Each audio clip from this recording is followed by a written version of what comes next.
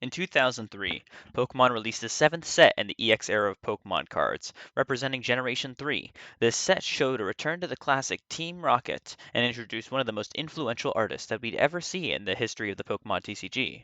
Their name is Masakazu Fukuda, and they're one of the most cool, awesome, and interesting artists of the history of the Pokemon TCG. They worked on so many things, it's almost hard to count, such as promotional artwork for the Pokemon TCG, like this one featuring Darkrai, Palkia, and Dialga, which looks fantastic. They have also worked on booster pack artwork for the Pokemon TCG as well. Artwork for such as EX Emerald and Japanese exclusive Golden Sky Silvery Ocean, which features Fukuda's favorite Pokemon, Lugia, as well as Ho-Oh. The Japanese set Mirage Forest features his artwork as well, again, this time with Mew. Fukuda worked on the Hall on Phantoms booster pack artwork as well. Fukuda has already shown us in the booster pack artworks that he is a capable artist who has a very signifying style, but he got his start in the Pokemon TCG in the set EX Team Rocket Returns, where he worked on the Meowth, Persian, and the holographic Tauros card. These three cards were the introduction to Fukuda in the main part of the set. However, Fukuda worked on one of the most recognizable features in the Pokemon TCG, being these awesome Gold Star Pokemon.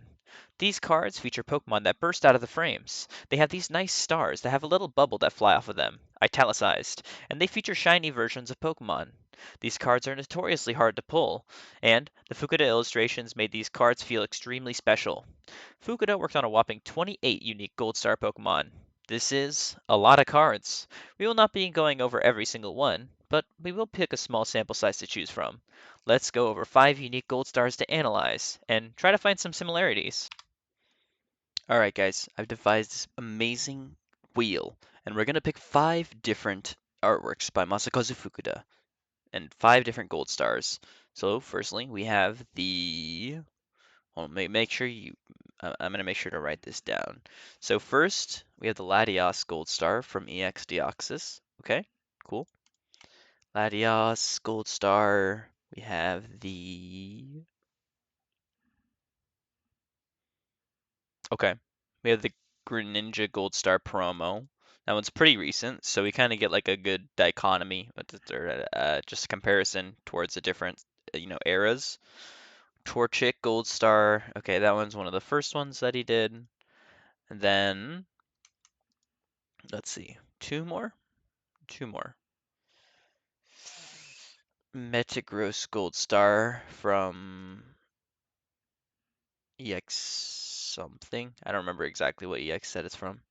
And perfect, perfect. We needed to talk about one popular Gold Star card, the Umbreon Gold Star from Pop Series 4, I think.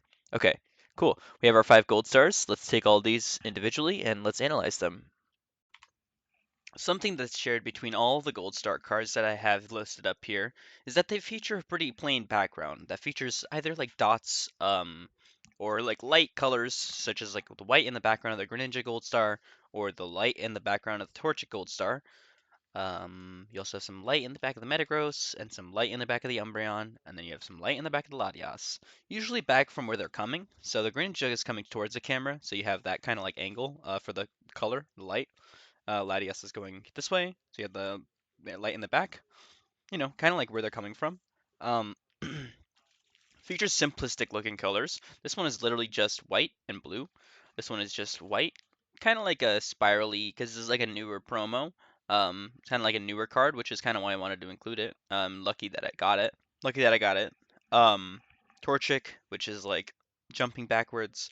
These artworks all do look similar because they're all done by the same artist, but the shiny Pokemon are all different. I mean, look, Latios is, yellow, Greninja's black, Torchic is yellow. Well, I guess it's a different kind of yellow. Metagross is silver and gold, and then Umbreon is the regular Umbreon colors, but with the blue circles.